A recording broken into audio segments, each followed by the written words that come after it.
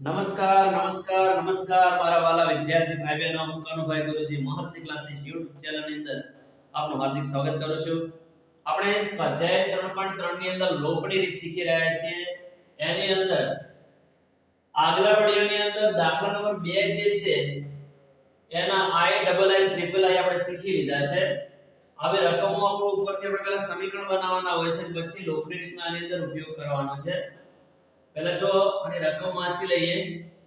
દાખલા નંબર 2 આવી મીના રૂપિયા 2000 ઉપાડવા બેંકમાં ગઈ હતી. તેણે કેશિયરને કહ્યું હતું કે મને માત્ર રૂપિયા 50 અને રૂપિયા 100 ની નોટો જોઈએ છે. મીનાને કુલ 25 નોટો મળી હતી તો તેણે રૂપિયા 50 અને રૂપિયા 100 ની પ્રત્યેકની કેટલી નોટો મેળવી હશે. બરાબર. સૌપ્રથમ અહીંયા આપણે નોટોની સંખ્યા ધારી લઈએ. 50 ની નોટો માટે x ધારીએ અને 100 ની નોટો માટે y ધારીએ. જો તો ધારો કે રૂપિયા 50 ની નોટોની સંખ્યા બરાબર x અને રૂપિયા 100 ની નોટોની સંખ્યા બરાબર y. હવે જુઓ અહીંયા જે શરત આપી છે એ પ્રમાણે રૂપિયા 50 જે છે એની x નોટો, રૂપિયા 100 ની y નોટો અને ટોટલ રકમ આપણે 2000 થાય છે અહીંયા. તો 50 ની એક નોટે 50 રૂપિયા, 50 એકા 50, 50 ની બે નોટે 50 દુ 100, 50 ની ત્રણ નોટે 50 તરી 150. એટલે કે 50 અને નોટોની સંખ્યાનો ગુણાકાર થતો જાય છે. તો એ 50 ની x નોટે કેટલા રૂપિયા થશે? 50x થશે. એ જ પ્રમાણે 100 ની એક નોટે 100, 100 ની બે નોટે 100 ગુણ્યા 2 200, 100 ની ત્રણ નોટે 100 ગુણ્યા 3 300, 100 ની ચાર નોટે 100 ગુણ્યા 4 400. તો અહીંયા 100 અને અહીંયા જે નોટોની સંખ્યા છે બંનેનો શું કરવાનો છે? ગુણાકાર કરવાનો છે. 100 ની y નોટો છે તો અહીંયા 100 અને y નો ગુણાકાર આપણને 100y મળશે અને ટોટલ અહીંયા રકમ છે એ 2000 રૂપિયા છે. બરાબર છે. તો પહેલું સમીકરણ આપણને આ રીતનું મળશે. હવે જો કિંમતો થોડી મોટી છે નાની અંદર થોડા છેદ ઉડે એવા છે. તમને જો ડાયરેક્ટ આવડતું હોય તો સીધા છેદ ઉડાડીને તમે લખી શકો. 50 કા 50, 50 દુ 100, 50 ગુણ્યા 40 કરો એટલે 2000. ડાયરેક્ટ તમને ફાવતું હોય તો સીધા લખી દેના, ના ફાવે તો આ સ્ટેપ કરવાનું. બરાબરની બંને બાજુ આપણે 50 50 વડે ભાગી દઈશું. 100y છેદમાં 50 બરાબર 2000 છેદમાં 50. બરાબરની બંને બાજુ આપણે 50 50 વડે ભાગી દીધા. અહીંયા 50 50 ઉડી જશે. 50 દુ 100. અહીંયા છેલ્લી શૂન્ય ઉડાડીએ. પછી 5 ગુણ્યા 5 ચોક 20 અને શૂન્ય બાકીથી ચડાવો. 5 5 ઉડી જશે. તો અહીંયા વધ્યા x પ્લસ અહીંયા વધ્યા 2y બરાબર અહીંયા વધ્યા 40. આને કહીએ સમીકરણ 1. હવે નોટોની કુલ સંખ્યા છે ને 25 છે. કેટલી છે? 25. આ 50 ની જે નોટો હોય અને 100 ની જે નોટો હોય નોટોની સંખ્યાનો સરવાળો જે છે એ 25 છે. સીધા લખી દો અહીંયા x y બરાબર 25. આ મળી ગયું આપણને સમીકરણ 2. બરાબર. હવે જો અહીંયા ઓલરેડી x ના સહગુણકો સરખા છે. સમીકરણ 1 માંથી 2 બાદ કરશો એટલે x નો લોપ થશે અને y ની કિંમત આપણને મળી જશે. તો અહીંયા લખીએ સમીકરણ 1 માંથી 2 બાદ કરતા તો પહેલું સમીકરણ એમને લખી દઈએ x 2y બરાબર 40, x y બરાબર 25 જો બાદ કરતા લખ્યું છે એટલા માટે બધાના ચિહ્નો બદલીશું પ્લસ ના થશે માઈનસ પ્લસ ના થશે માઈનસ પ્લસ ના થશે માઈનસ હવે કેમ બાદ કરતા લખ્યું છે મેં આગળ જ બધા વિડિયોની અંદર ખાસ સમજાવ્યું છે વારંવાર કે તમે જે ચલનો લોપ કરી રહ્યા હોય એની આગળના ચિહ્નો સમાન હોય બંને પ્લસ પ્લસ હોય તો બાદ કરતા લખવાનું બંને આગળ માઈનસ હોય તો બાદ કરતા લખવાનું ચિહ્નો જુદા જુદા હોય તો અહીંયા સરવાળો કરતા લખવાનું તો પર સરવાળો કરતા જ્યારે ઉલ્લેખ કરો ત્યારે એ ચિહ્નો બદલવાના નથી આવતા બાદ કરતા બાદબાકી કરતા જ્યારે લખો છો ત્યારે જ અહીંયા બીજા સમીકરણના ચિહ્નો બદલવાના જો હવે અહીંયા 40 છે પ્લસ છે 25 છે માઈનસ છે બદલેલા ચિહ્નો ધ્યાનમાં લાવવાના છે તો 10 માંથી 5 જાય તો 5 3 માંથી 2 જાય તો 1 ચાલે મોટા એ પ્લસ તો જવાબ પ્લસ આવશે અહીંયા 2y પ્લસ છે y માઈનસ છે બદલેલું ચિહ્ન ધ્યાનમાં લેવાનું 2y માંથી 1 y જાય તો y 2 મોટા એ પ્લસ એટલે જવાબ શું આવશે પ્લસ 1x માંથી 1 x જાય તો 0 તો અહીંયા આપણને y ની કિંમત જે છે એ મળી ગઈ છે એટલે કે અહીંયા 100 ની નોટોની સંખ્યા આપણને મળી ગઈ 100 ની નોટોની સંખ્યા કેટલી છે 15 જો 50 ની નોટોની સંખ્યા આપણે શોધવી છે તો એના માટે આ જે y બરાબર 15 મળ્યા છે સમીકરણ 2 માં મૂકી આ વખતે ગમે તે સમીકરણમાં મૂકો જવાબમાં કોઈ ફરક પડે નહીં સમીકરણ 2 માં y બરાબર 15 મૂકતા તો y જે જગ્યાએ છે ત્યાં 15 મૂકી દઈશું બાકીનું બધા નામ લખી દઈશું x વત્તા y ની જગ્યાએ 15 બરાબર 25 પ્લસ 15 જમણી બાજુ જશે એટલે -15 થશે -15 તેથી x બરાબર 25 માંથી 15 જાય તો 10 તો અહીંયા 50 ની નોટોની જે સંખ્યા છે આપણને 10 મળશે અહીંયા લખી દઈએ છે તેથી રૂપિયા 50 ની નોટોની સંખ્યા બરાબર x બરાબર 10 અને રૂપિયા 100 ની નોટોની સંખ્યા બરાબર y બરાબર 15 તો આપણને અહીંયા 50 નોટોની સંખ્યા 10 મળે 50 ની 10 નોટો હશે 100 ની કેટલી નોટો હશે 15 નોટો હશે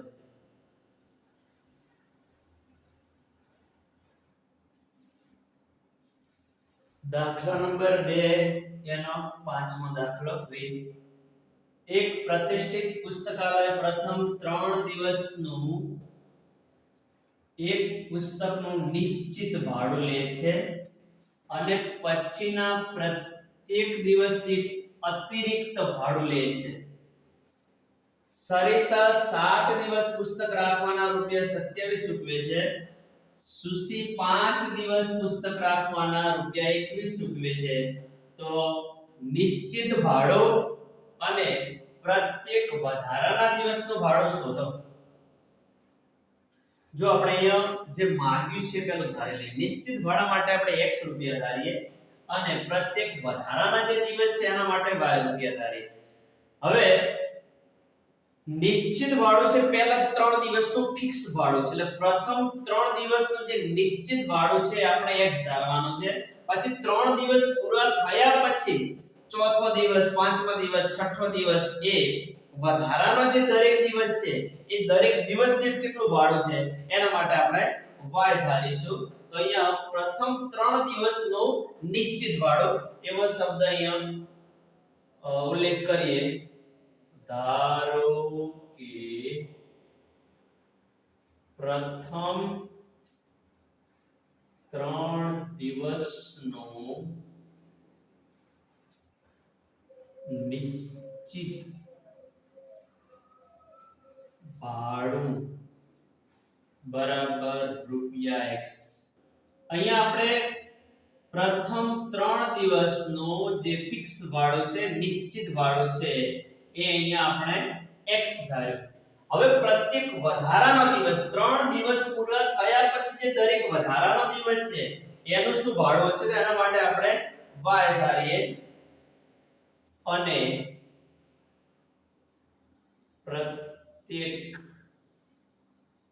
વધારાના દિવસનું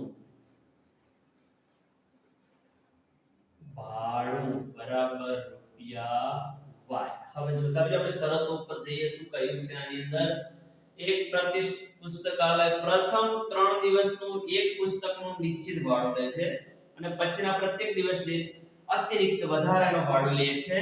સરિતા 7 દિવસ પુસ્તક રાખવાના રૂપિયા 27 ચૂકવે છે. હવે જો આના ભાગ પાડીએ પ્રથમ 3 દિવસનું ભાડું જે x છે એ તો નિશ્ચિત છે ફિક્સ છે. હવે 3 દિવસના x રૂપિયા છે. સરિતા ટોટલ 7 દિવસ પુસ્તક રાખે છે. ધ્યાન આપજો ટોટલ 7 દિવસ જે રાખે છે એમાં 3 દિવસનું ભાડું તો x રૂપિયા આવી ગયું તો એને 3 દિવસ આપણે બાદ કરવાના અને જે બાકી દિવસો વધે છે એનું દરેક દિવસનું ભાડું કેટલું છે y રૂપિયા છે અને ટોટલ આના 27 રૂપિયા ચૂકવે છે. જો આનું થોડુંક સાદું રૂપ આપીએ અને યોગ્ય સમીકરણ મળી જશે ટોટલ 7 દિવસ પુસ્તક રાખ્યું એમાં 3 દિવસનું ભાડું x રૂપિયા આવી ગયું 7 માંથી 3 જાય તો 4y બરાબર 27 આને કહીએ સમીકરણ 1. હવે સુશી છે ટોટલ 5 દિવસ પુસ્તક રાખે છે તો આની જેમ ને જેમ એ સમીકરણ પણ બનાવી શકાય. x એ 3 દિવસનું નિશ્ચિત ભાડું છે. સુશીએ ટોટલ 5 દિવસ પુસ્તક રાખ્યું છે. હવે 5 માંથી 3 જે છે એનો તો x ભાડું અહીંયા લખાઈ ગયું છે બરાબર 3 દિવસનું ફિક્સ ભાડું જે છે એ લખી દીધું છે તો 5 માંથી 3 દિવસ જે બે વધે છે વધારાના એનું ભાડું y આપણે ધાર્યું છે અને ટોટલ એ 21 રૂપિયા ચૂકવે છે. તો અહીંયા લખીએ x 5 માંથી 3 જાય તો 2y બરાબર 21 આને કહીએ સમીકરણ 2. ઓકે હવે જો એટલેથી આપણે લોભની રીત કરવાની છે. સમીકરણ 1 માંથી 2 બાદ કરીએ કારણ કે ઓલરેડી x ના સહગુણકો સરખા જ છે તો સીધા જ લખી દઈએ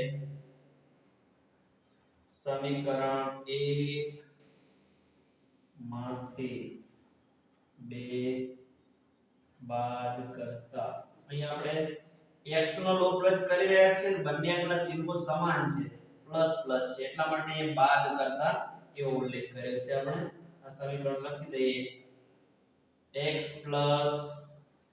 4y બરાબર 27 x 2y બરાબર 21. હવે બાદ કરતા જ્યારે તમે ઉલ્લેખ કરો ને ત્યારે ચિહ્નો બદલી દેવાના. આ પ્લસ 21 એ માઈનસ થઈ જશે પ્લસ 2 છે એ માઈનસ થઈ જશે પ્લસ x છે એ માઈનસ થઈ જશે.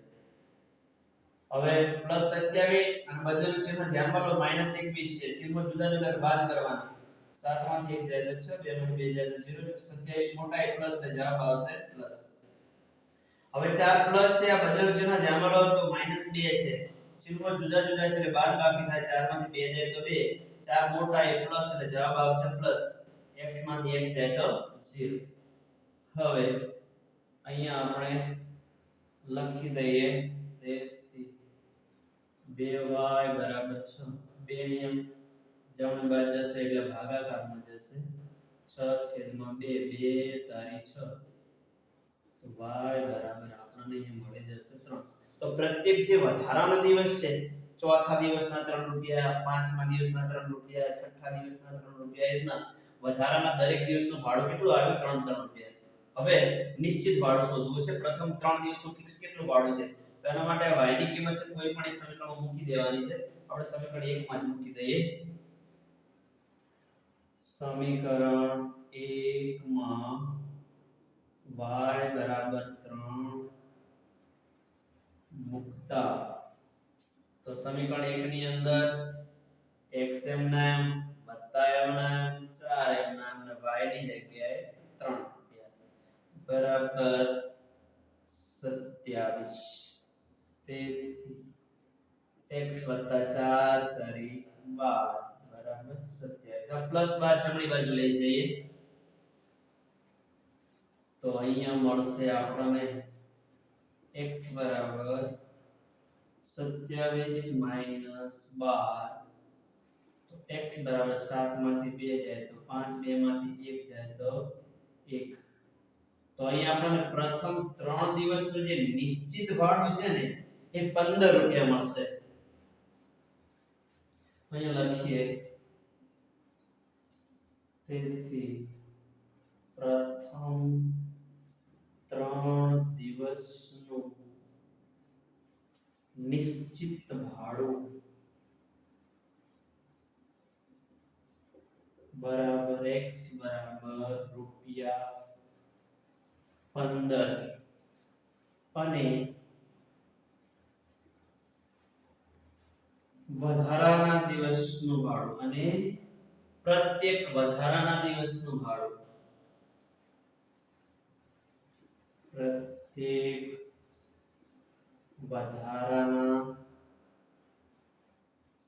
દિવસનું ભાડું y બરાબર રૂપિયા 3 તો આ રીતે સમગ્ર સ્વાધ્યાય 3.3 હતો એની અંદર આ લોપની રીત કરવાની હતી આપણે લોપની રીતે બધા જ દાખલા ગણ્યા છે અને પ્લેલિસ્ટમાં મુકાઈ પણ ગયા છે આજનો જે વિડિયો છે એ પણ પ્લેલિસ્ટમાં મુકાઈ જશે તો આગળના જે વિડિયો પ્લેલિસ્ટમાં મૂક્યા છે એ તમે જોવાનો પ્રયત્ન કરજો અને દાખલા શીખવાનો પ્રયત્ન કરજો